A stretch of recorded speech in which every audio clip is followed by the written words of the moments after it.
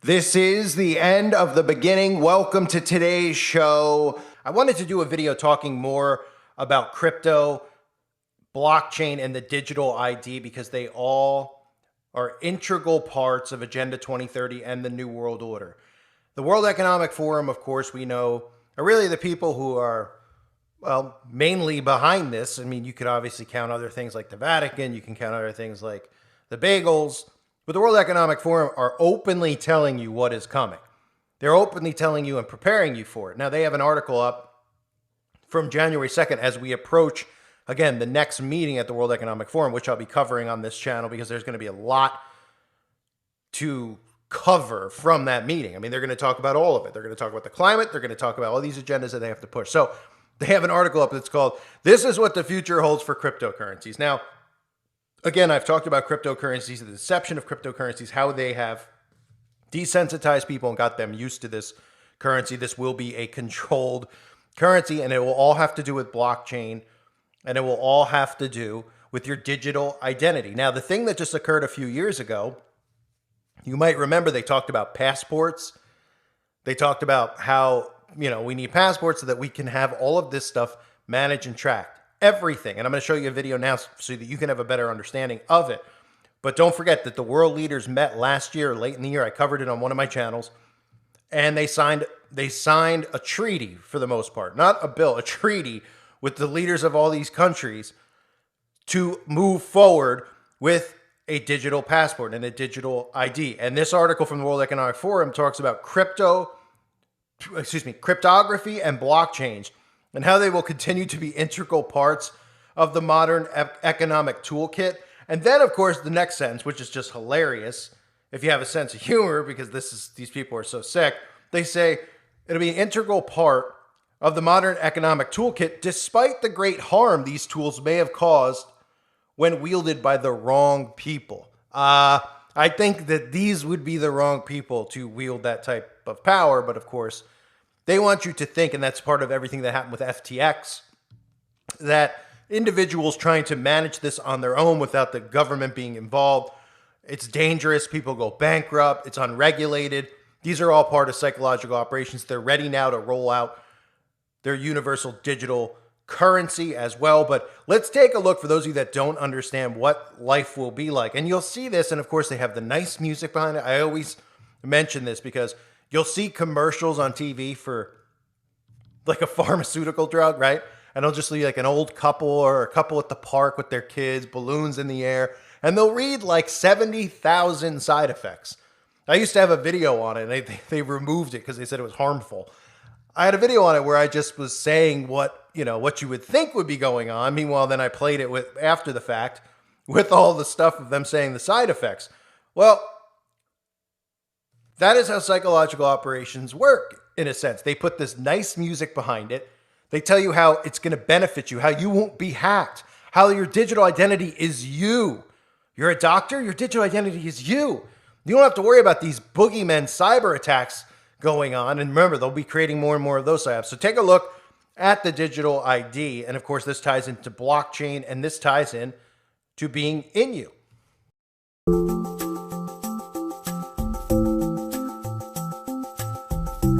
According to Article 6 of the Universal Declaration of Human Rights, everyone has the right to recognition everywhere as a person before the law.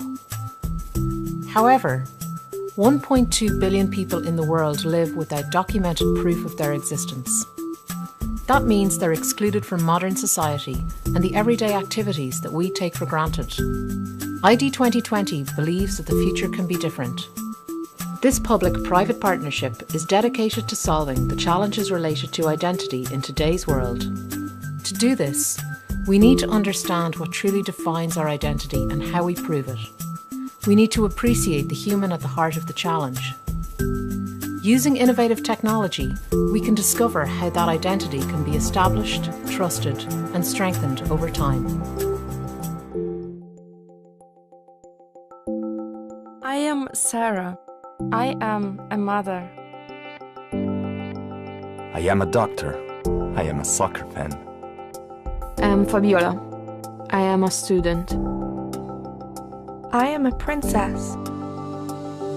I am Zhao. I am a scientist. I am a teacher. I am... Can you show me some identification? No, my house was completely destroyed. I just ran. You will need some ID to cross the border. I've got nothing on me. What can I do? I'm a father. I'm trying to find my family. Please, I'm scared. Hi, how can I help you? My child needs to be vaccinated. Okay, can I get your name? I am Nia. And your date of birth? I don't know my date of birth. I don't have a birth certificate.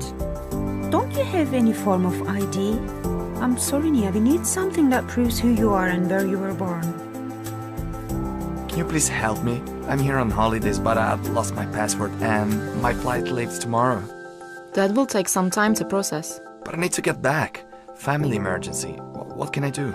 Can I get your name? Can you show me some identification? Don't you have any form of ID? Please help me. What if your identity was always in your hands? An identity you can trust, that others can trust? What if this digital identity was always at your fingertips, and people could verify your identity in a few simple steps? What if you were in control of your data and how it's shared with others? What if this personal, portable identity helped you to learn, work, and live? What if showing who you are was as easy as saying, I am? I am Yusuf. Across the globe, the pieces are coming together to make this happen. Accenture, Microsoft, and Avanade have teamed up to create the prototype you've seen in action. It's a first step towards a digital identity solution for all. To achieve this, we need motivated, passionate people and organisations to join us. So we invite you to come together, collaborate, and realise the vision of ID 2020. Who are you? This is a question that often comes up in our daily lives. Whether we're boarding a plane, checking our bank balance, or paying a utility bill, we regularly have to prove we are who we say we are. However, more than 1 billion people across the globe cannot prove who they are with any certainty. Many of those have never had a form of verifiable ID to begin with, and more than 15 million were victims of identity theft last year alone. With this in mind, we have developed a unique digital identity prototype to modernise identity management for organisations and individuals. Leveraging the power of blockchain and biometrics, the system makes establishing, tracking, and managing digital identities more efficient, user-friendly, secure, and less open to fraud. Let's follow Yusuf as he establishes and builds his identity. At an enrolment station, his biometrics are securely captured through his fingerprints, voice, face, or an iris scan. Then several steps are taken to create a unique identifier using multiple security protocols. This identifier is then recorded on the blockchain, which acts as an index with links to all applicable data. This makes it easy to locate, access, and share information without Yusuf's personal data being stored on the blockchain. Using an application on his phone, Yusuf creates a personal profile that's multi-factored and authentication secured. The app allows Yusuf to generate his own set of public and private keys which he can use to sign the data he sends to others. That way third parties can be absolutely certain the information is his. Yusuf shares the public key using a QR code. When he scans this QR code at the enrolment station, an official attestation is added to his profile and signed by a private key. This is the beginning of Yusuf's living identity, an identity that he will build with each stamp he collects from his university, his employer, or from government and non-government agencies. The major benefit of this identity system is that Yusuf is always in control of his own personal data. He determines which information is shared, who sees it, and for how long. Instead of multiple paper documents, he can use a single, easy-to-manage app. The system makes life easier for organisations too. It's interoperable with other databases, so existing identity data stays put. Efficiency for background checks is greatly improved as an organisation can choose to trust existing attestations instead of repeating the process. For additional security, there's also the option of checking data at source if the user grants permission. The system is also flexible. While this prototype has been created for a mobile device, the technology can work with or without connected devices. This prototype is the basis for our work with ID 2020, a public-private partnership committed to providing a digital identity to the 1.2 billion individuals living without a way to prove their existence. We believe it's the first step towards a digital identity that makes answering the question, "Who are you?" as simple as saying, "I am." So for those of you that don't really understand, I've covered this in the past and I've talked about crypto biometrics. And crypto biometrics, some of the things that they talk about, especially with cryptography, is a method of protecting, this is the definition, of protecting information and communications through the use of codes. Okay, so the cryptography mixing with the blockchain, right? The use of codes. You know what they're talking about? You might be thinking they're talking about, hey, there's some code on the back end of a website that I don't know anything about. Are you a coder? No, they're talking about your genetic code. That's what they're talking about. Encrypting this into your genetic code, into your DNA, manipulating your DNA.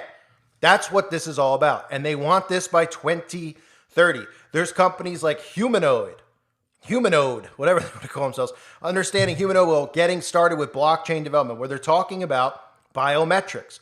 Biometrics is the implementation of this into your body. Now, people think they're like, well, with biometrics, it means I could just go up to a thing and have my retina scanned, or I could just go up somewhere and have my finger scanned. Well, yeah, that's part of biometrics, but it's going to be more than that because you're going to be the lab rat, the experiment. You're going to be the one who has their code genetically altered. That's what this is all about. It's about total control. Remember what Klaus Schwab talked about. It's going to change you. He said, it's going to change you. Look at things like artificial intelligence. Exactly. And robots. Look at things like gene editing. Exactly. Opening a whole new horizon for medical science. And you see, the difference of this fourth industrial revolution is it doesn't change what you are doing. It changes you. If you take genetic editing, just as an example, it's you who are changed. And of course, this has a big impact on your identity. Yeah. And offers certain kinds of possibilities that have to be careful about. When you began to do that kind of gene editing, some people worry that you are changing what it means to be human. That's the problem. Of course, the new industrial revolution offers us many opportunities, but it raises manifold questions on the ethical, but even legal implications, and we have to be prepared for it. This is what they're talking about. They're talking about altering humans' DNA. And there's a lot of things that tie into it with blockchain, with your digital ID, and this is about full control. Them being able to fully monitor your carbon footprint ties into this. Your potion status ties into this. Your medical history ties in, all of it. It's all going to be on here. And you will not be able to buy or sell without having this. You will not be able to function in their society without having it. I know a lot of people have their own take on what the mark is. That's perfectly fine. I don't like to get in arguments with people about it. I'm always curious to what people have to say. I've heard Sunday law. I've heard so many different things. And I don't sit there and bash them and say that they're idiots or anything like that. It's good that everybody gets these things out there. And then you could at least decipher this yourself and look at these things and say, hey, I could see it being that. I believe that this is what it is. That this is the manipulation of your DNA code. You're no longer going to be human. Okay? It's not just going to be a chip that's in you. It's going to be you that's altered. And that's what they're talking about, the World Economic Forum, with this biometrics and blockchain. And they've already hinted at it. They're like, we've run experiments on lab rats. Oh, when people just laugh at it. They're like, they're running experiments on lab rats being able to buy or sell with a blockchain inside of them. Yeah, well, what do you think they're trying to tell you? You're the next lab rat. You're the next experiment. So for those of you that don't understand how this all works, we're going to hear a huge push. I believe this year they're going to start doing stuff with the FTX scandal that broke, where they start trying to regulate and control crypto, which has been the plan from the get-go because they're the ones who rolled this out. They're the ones who jumped the stock market on it, put it through the roof to make young people millionaires and all that stuff. And now all those people are losing their money in it. It was all done by design. It was to get people to understand how blockchain works, to understand how crypto works. A lot of older people don't really understand, but it was to get the younger people on board because that's the ones they're focusing on, the ones that they believe will take this type of technology into their body and alternate themselves to have this technology, to function in this society. They know that people who are like 70 and 80 years old are just going to be like, huh, what? And not do this. So they've prepared the youth out there for this type of tech. And now all they need to do is come out and tell you how it's going to be regulated through the Federal Reserve, or they might even just have Bitcoin be the coin. I don't know. But we'll see how this all plays out. The World Economic Forum, of course, is going to be covering this in great detail when they meet in Davos again very shortly. And I'll be covering that as well. I thank everyone for being here. Hope you're doing well. God bless all of you and your families.